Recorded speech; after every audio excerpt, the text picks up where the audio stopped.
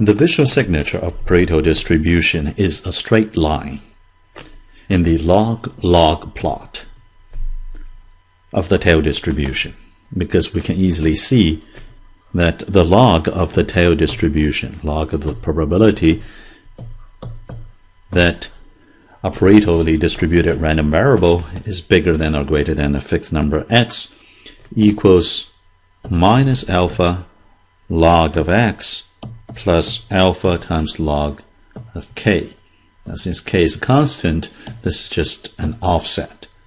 What matters is that the log of this tail probability is minus alpha times the log of x. So on the log-log plot, it is a straight line with a negative slope of minus alpha. So this slope is minus alpha. And this is how usually we depict Pareto, or in general, a long tail distribution, either the distribution itself or the tail distribution on the log-log plot, and see a straight line. And the slope of the straight line indicates the decay exponent. So this decay exponent has been observed to be something like minus 2.1 for the in degree of web page graphs, or minus 2.4 for the out degree of web page graphs, or minus 2.38 for router graphs. It has been discovered that many different networks exhibit the scale-free property, in the sense that their node degree have the following distribution or tail distribution that follows, say, Pareto or other long tail distributions. Okay, now let's just clarify before going any further that scale-free network in this lecture is not the small world networks in the previous lecture, number 9. Okay. In particular, scale-free property of a network concerns only with the distribution of the node degrees, and is entirely a topological property. We will see that its implications to functionality, such as robustness to attacks on certain routers, differs dependent on other factors. In contrast, small world is a property of a network concerning the existence and discoverability of short path between node pairs. And therefore it is both structural or topological, as we saw explained through Watt-Strogas, as well as functional, as we saw in algorithmic small world. Okay. Now, of course, a network could be both small world and scale-free. And indeed, in advanced material part of last lecture, we saw models that can make that happen. All right, now back to the scale-free network and the Achilles heel of the Internet. In the late 90s to 2000, certain researchers discovered that, hey, the Internet router graph also exhibit this straight line on log-log plot. It also has a Pareto distribution of the node degree sequence. That means it is robust against random attacks. Okay, because if you randomly pick a router to attack, it's likely that it will not be destroying many connected paths. But it is susceptible to attack on the most highly connected nodes. These are the routers that has the largest degree, and because it's a scale-free network, there can be routers with a really big degree.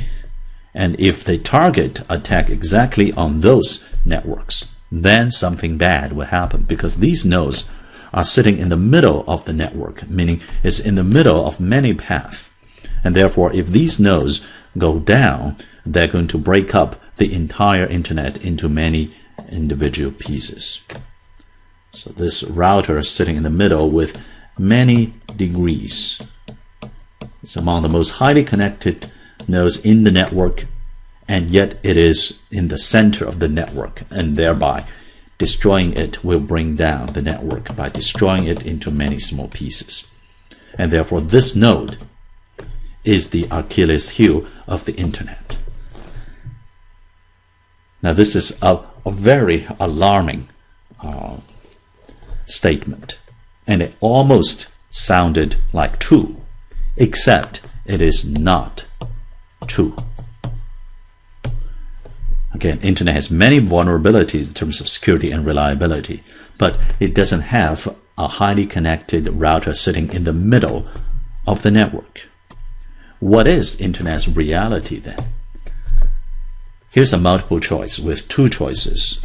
Graph A shows a typical Achilles heel kind of network. You've got very highly connected nodes like these two sitting in the center of the network.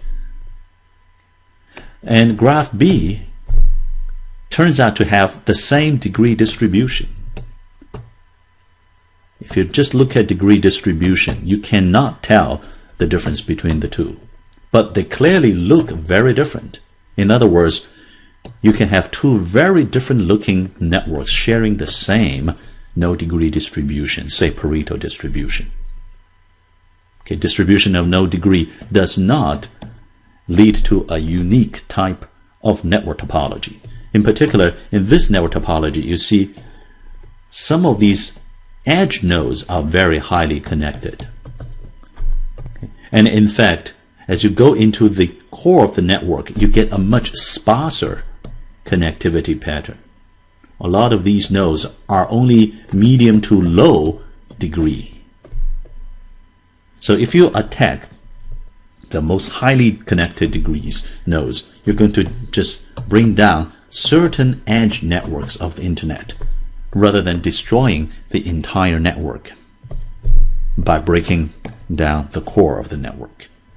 Whereas if you want to target mediumly connected nodes, there are too many of them. Remember the degree distribution. If you target medium connected nodes, then there are a whole lot of them. It's not exactly easy to know where they are. Not necessarily we'll be attacking these particular nodes.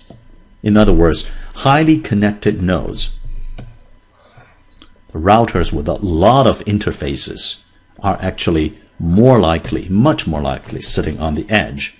And what's in the middle is usually medium to low degree. That is the internet's reality. This picture does not fit the empirical data, does not fit the actual AS, does not fit the actual router graph. So you may wonder, why not in the middle?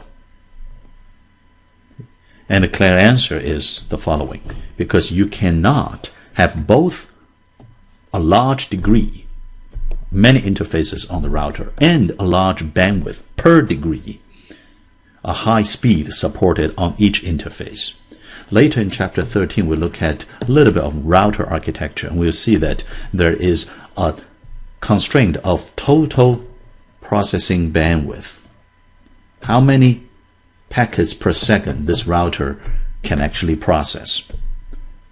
And this number, let's say 1,000 in some unit, you can view that as 10 degrees and 10 nodes that can be connected to this router, and then each of them can be sending, say, 100 certain units, say 100 mega packets per second to this router. Or it can be decomposed into 100 degree, and then each interface, however, can only support 10, say, megabits or mega packets per second. So there is an intrinsic trade-off between degree, how many can you talk to, and the bandwidth per degree. And the router sitting in the middle of the network, these kind of routers, by necessity, must have a large bandwidth per degree, because there are layers of aggregation of traffic and statistical multiplexing. Again, later in chapter 13, we'll talk more about this. But as you go from your home, your workplace, your campus, through many layers of aggregation, each time there's aggregation, you have more and more traffic. And by the time you get to the core of the network, these core routers, you must support a large bandwidth per degree. You have to process many packets for each interface, and therefore you cannot possibly have too many interfaces. This option is not going to scale the network. Instead, you will have fewer nodes connected to you, and then can support a high speed per interface. And that's because their product has to be constrained by technology and economic realities. Here's a typical chart showing some of the state-of-the-art in 2002 Cisco core routers, and some of the aggregators, and some of the edge switches. On the y-axis is the total bandwidth, okay, and the y is the router degree in log scale. You can see that there are some performance boundary that says the total bandwidth, okay, is already fixed. As you increase the node degree, you're going to suffer in the bandwidth per degree. And you cannot arbitrarily increase both this number and that number because their product is capped for different kind of router families. In other words, Cisco and Juniper, the top two core router manufacturers in the world, they cannot possibly manufacture a router that can make their total bandwidth to be very big.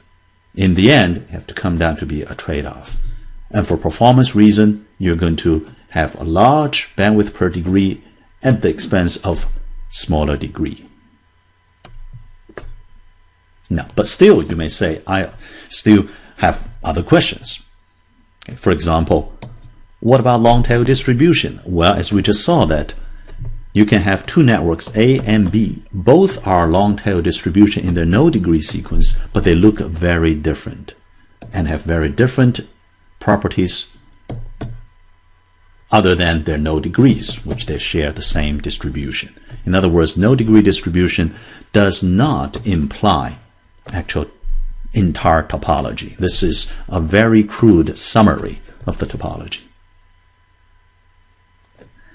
The second objection might be, but that's not likely. What is not likely? You may say that this kind of graph is not likely. This is more likely. And indeed, in the next module of the video for this lecture, we will indeed quantify the notion that this is much more likely and this is highly unlikely.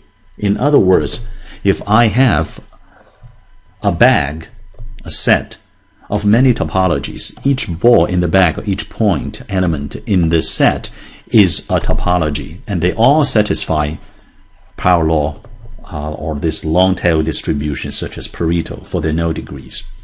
And I randomly draw one out of the bag.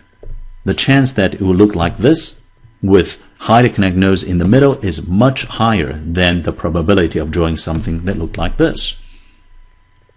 And indeed,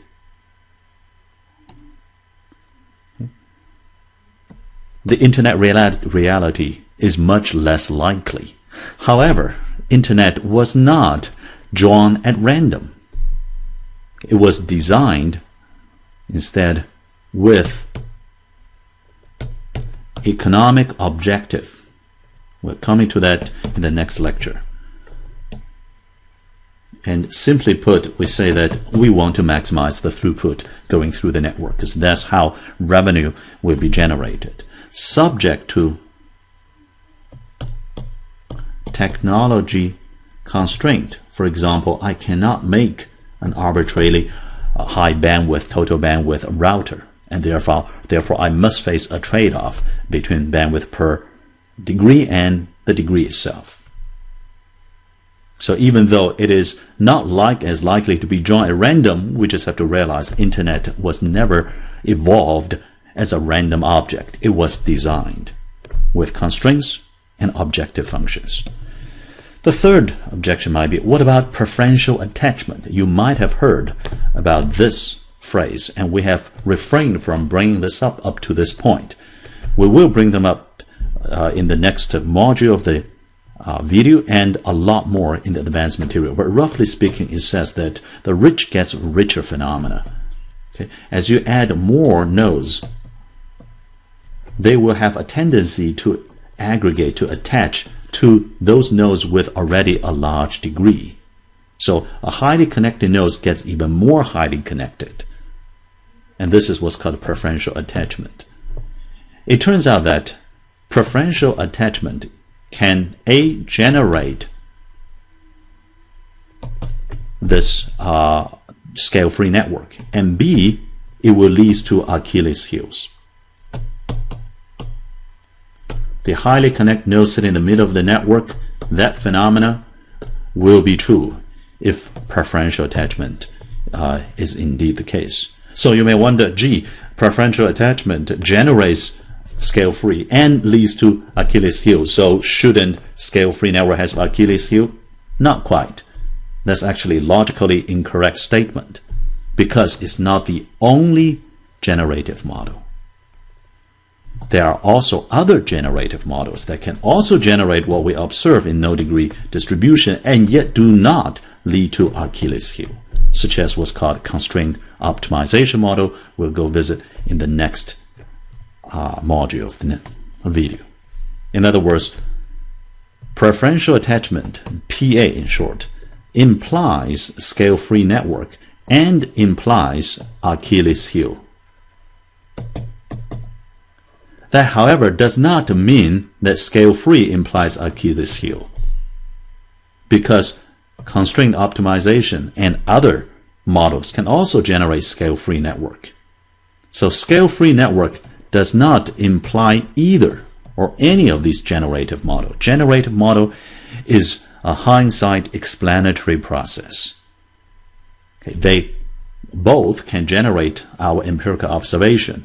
The existence of this observation does not logically imply either of them is correct, and therefore does not imply Achilles heel. In short, there are three fallacies in this Achilles heel issue.